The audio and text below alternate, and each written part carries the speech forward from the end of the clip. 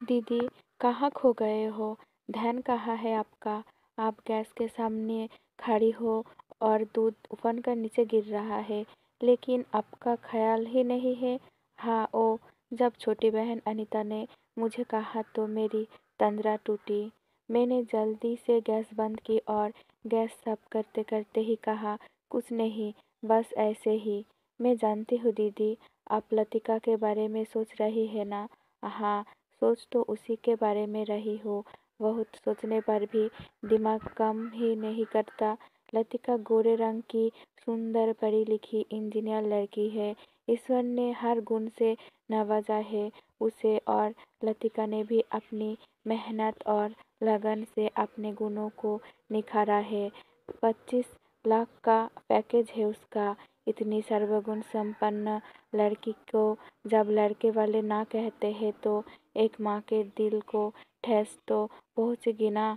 आज 7वीं बार लड़के वाले लतिका को देखने आई है। उनके चेहरे से तो लग रहा था कि उनकी हाँ ही होगी, लेकिन जब उन्होंने कहा कि घर जाकर जवाब देते हैं तो ना जाने क्यों मन में शंका कुशंकाओं आ रही है। दीदी, आइए हम हॉल में आराम से बैठकर बातें करते हैं। हॉल में कूलर चालू कर आराम से सोफे पर बैठी तो थोड़ा सा सुकून मिला। सुबह से लड़के वालों की अब भगत करते करते बहुत थकान महसूस हो रही थी। ऊपर से मन में चिंता थी कि कहीं इस बार भी लड़के वालों ने ना कर दे। दीदी, इस बार उम्मीद तो पूरी है कि लड़के वालों की हाँ ही होगी। देखा नहीं आपने कि लड़का और उसकी मम्मी किस प्यार भरी निगाहों से लतिका को निहार रहे थे। लड़के की मम्मी ने तो कह भी दिया था कि उसे तो लतिका बहुत पसंद है। अब निर्णय सिर्फ लड़के के ऊपर है। ऐसा पहली बार थोड़ी ही हो रहा है। हर बार लड़के वालों के चेहरे से, उनके हाव भावों से हमें ऐसा लगता है कि इस बार लड़के वाले हाँ ही करेंगे, लेकिन हर कोई घर जाने पर दूसरे दिन फ़ोन पर अपनी ना बताता है।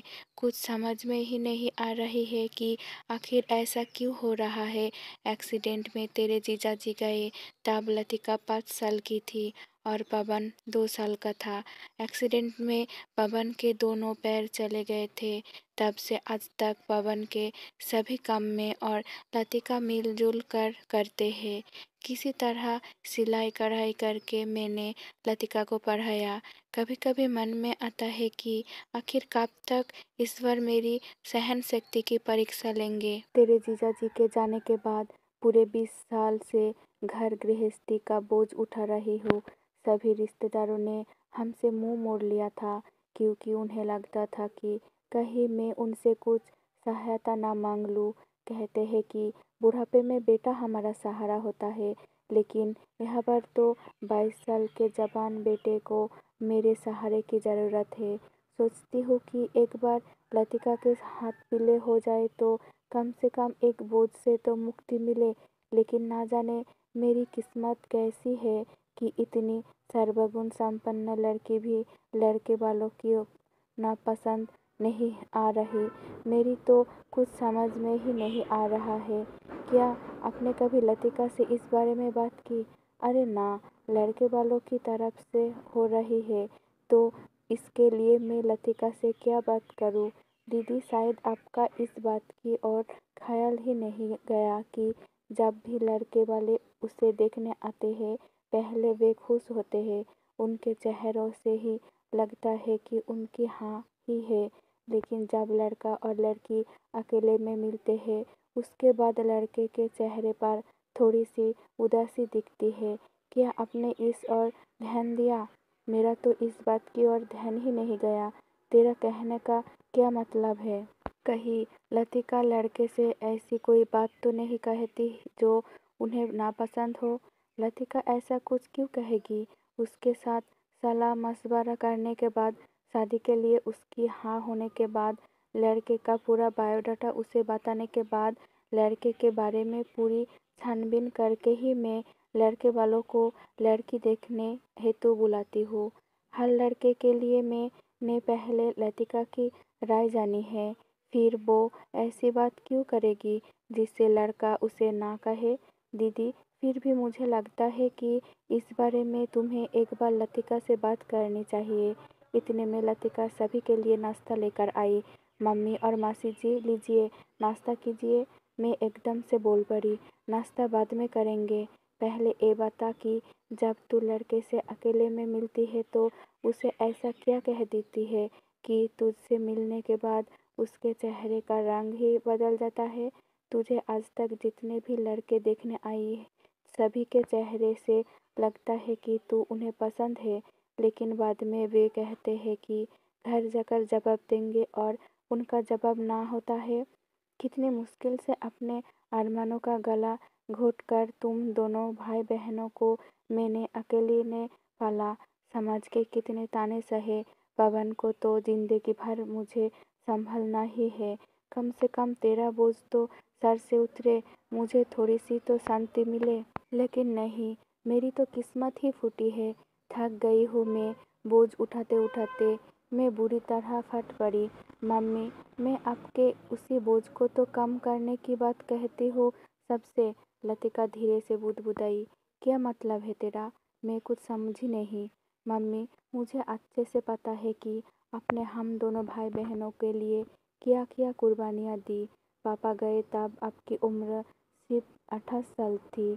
आप चाहती तो दूसरी शादी भी कर सकती थी, लेकिन आपने हमारी वजह से ऐसा नहीं किया।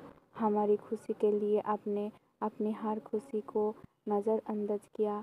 माना कि अभी आप तंदुरुस्त है, लेकिन आपकी भी उम्र हो रही है। धीरे धीरे आपको भी थकान आएगी। मैं ससुराल चली जाऊंगी तो पवन की देखभाल कौन करेगा? इसलिए मैं लड़के से कहती हूँ कि मैं उनके परिवार के हर सदस्य का तन मन धन से पूरा पूरा ख्याल रखूंगी। सास ससुर जी की भी दिलो जान से सेवा करूंगी। लेकिन मेरी भी एक शर्त है, जब तक मेरी मम्मी तंदुरुस्त है, उनके हाथ पैर काम कर रहे हैं, तब तक कोई बात नहीं। लेकिन जब मेरी मम्मी की तबीयत अच्छी नहीं रहेगी, तब मम्मी और पवन दोनों हमारे साथ रहेंगे। ओह माय गॉड, कितना कुछ कह डाला मैंने उसे। बोझ तक कह डाला। जो लड़की इतना दूर का सोचती है, जो अपनी मम्मी और भाई दोनों का बोझ उठाने तैयार है, लाखों में कमा रही है, उस प्यारी सी बिटिया को मैंने बोझ कहा। मुझे अपने आप से ग्लानि होने लगी। लेकिन मेरी भी क्या गलती? बचपन से यही सुनती आई हूँ कि लड़कियाँ बोझ होती है। अत्या, मेरे दिमाग में भी यही बात घर कर गई कि बिटिया बोझ होती है। इसलिए अनजाने में यही शब्द इतनी होनहार बेटी के लिए मुंह से निकल गया। लेकिन बेटा, कोई भी लड़का तेरी इस अनोखी शर्त को कैसे मानेगा? किसी का भी दिल इतना बड़ी नहीं होता कि वो पत्नी के साथ साथ उसके भाई और मम्मी की जिम्मेदारी उठाने तैयार हो। तेरी ऐसी शर्त से तो तेरी शादी हो ही नहीं पाएगी। क्यों नहीं, क्यों कही तूने लड़कों से ऐसी शर्त? मुझे कुछ नहीं होगा बेटे। तुझे पता है मैं अपने खान पान का, अपनी सेहत का बहुत ख्याल रखती हूँ। व्यायाम आदि भी बराबर करती हूँ, क्योंकि मुझे पता है कि मैं तंदुरुस्त रहूँगी तो ही अपने बच्चों का ख्याल रख पाऊँगी। मैं सब मैनेज कर लूँगी बेटे। तू अभी फ़ोन करके लड़के को बोल दे कि तू अपनी शर्त वापस ले रही है। इतना कहते कहते मैं अपने आंसुओं को रोक नहीं पाई और रोने लगी। अनीता और लतिका दोनों की आंखों में भी आंसू आ गए। मम्मी, कोई ना कोई तो होगा जो मेरी भावनाओं को समझकर मेरी शर्त को मानकर शादी के लिए हाँ कहेगा। वैसे भी शादी करना ही जीवन का अंतिम उद्देश्य नहीं है। जैसे अभी तक कमा खा रहे हैं, वैसे आगे भी जी लेंगे। बचपन से पाला है हमने पवन को, उसको कैसे छोड़ सकते हैं? मैं सोचती ही रह गई कि आखिर दुनिया बेटियों को बोझ क्यों कहती है। आज बेटियां भी इतनी सशक्त है कि वे हर तरह का बोझ उठा सकती है।